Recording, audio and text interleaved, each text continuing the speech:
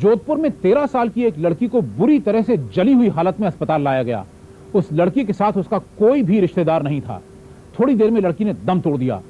Police का कहना है कि लड़की की दादी ने उसे जान से मार दिया। जोधपुर से राजीव गौड़ की रिपोर्ट। 29 दिसंबर जोधपुर की मदेरना कॉलोनी के इस घर में एक बच्ची की मौत हो गई है। लाश इतनी झुलसी हुई है कि उसे पहचानना भी मुश्किल है। बच्ची को इसी घर में जलाया गया है। 13 साल की खैरुन्निसा की दादी पर उसकी हत्या करने का आरोप है। खैरुन्निसा अपनी दादी कुलसुम के साथ तब से थी जब वो 6 महीने की थी। कुलसुम के पड़ोसियों का कहना है कि वो अक्सर खैरुन्निसा के साथ मारपीट किया करती थी। उस दिन सुबह करीब 6 बजे कुलसुम के घर से उठ रही आग की लपटें और धुआं देखकर पड़ोसियों ने घर का दरवाजा खोला। जलती खैरुन्निसा पर जब ये लोग कंबल डालने लगे तो कुलसुम ने इसका विरोध किया। फिर भी किसी तरह से ये लोग खैरुन्निसा को अस्पताल ले जाने में कामयाब हुए, लेकिन खैरुन्निसा इतनी बुरी तरह से जल चुकी थी कि उसने अस्पताल पहुंचते ही दम तोड़ दिया।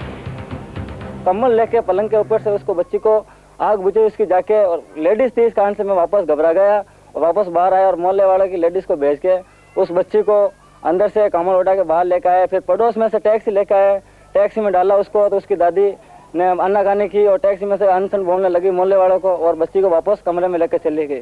और मैं आई जब तो उसको पानी पिला रही थी ये खुद। अरे मना कर रही मैं, पानी मत पिला इसको, हॉस्पिटल चल के नहीं ले जाऊँ इसको हॉस्पिटल। कोई फोन मत करना पुलिस में। पुलिस ने कुलसुम को गिरफ्तार कर लिया। कुलसुम पुलिस को अपने घर ले गई। यहाँ उसने पुलिस को वो लकड़ी दिखाई जिससे उसने खैरुन्निसा की पिटाई की थी। पुलिस को वो लोटा भी मिला जिससे खैरुन्निसा पर केरोसिन डाला गया था।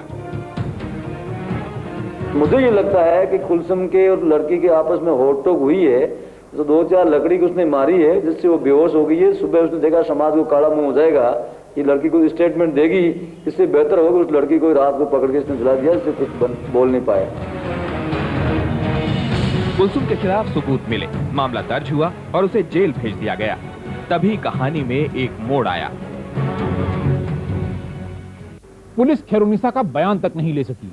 अपनी बेटी की मौत की खबर सुनने के बाद खैरुन्निसा का पिता अस्पताल पहुंचा और सब कुछ समझने के बाद उसने अपनी मां कुलसुम के खिलाफ थाने में रिपोर्ट दर्ज करा दी। कुलसुम से हमारी मुलाकात इस अस्पताल में हुई। खैरुन्निसा की मौत को लेकर रोती धोती कुलसुम ने सारा दोष अपने पड़ोसियों पर मढ़ दिया। ये मेरे अड़ोसी पड़ोसी ने भी क्यों नहीं किया है, ये मेरे उनके प्लॉट का केस भी चल दिया था।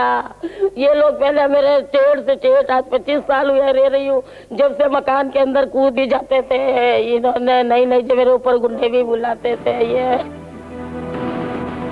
कुलसुम लोगों को ब्याज पर पैसे देती है। उसकी नई कहानी के मुताबिक उसके 2 जानने वालों ने उससे पैसा लिया था। एक दिन उसने इनके पास अपनी पोती को पैसा लेने भेजा। कुलसुम के मुताबिक इन दोनों ने खैरुन्निसा के साथ बलात्कार किया और बाद में उसे जलाकर लाश उसके घर में फेंक दी। कुलसुम की इस कहानी को उसका बेटा भी सही मान रहा है। हालांकि वो जिस तरह से बात कर रहा है उस पर यकीन करना थोड़ा मुश्किल है। बच्ची के साथ में क्या हुआ? बच्ची के साथ बलात्कार हुआ गया और डॉक्टरी रिपोर्ट मौजूद आएगी और कल अदालत के बीच में मैं खुद सामने मौजूद करवाऊंगा। लेकिन डॉक्टरी रिपोर्ट के अंदर तो सर पे चोट के निशान है। उसके ऊपर चोट के निशान कुछ नहीं, उसको पहले बलात्कार करने के बाद उसके बेत के ललाट से बसीट दिया गया है इस बच्ची को। उसके बाद में उसको रट कर नीचे पटकी गई है।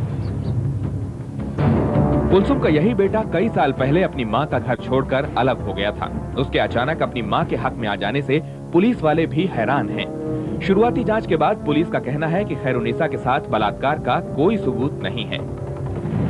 जोधपुर से क्राइम फाइल के लिए राजीव गौड़ की रिपोर्ट।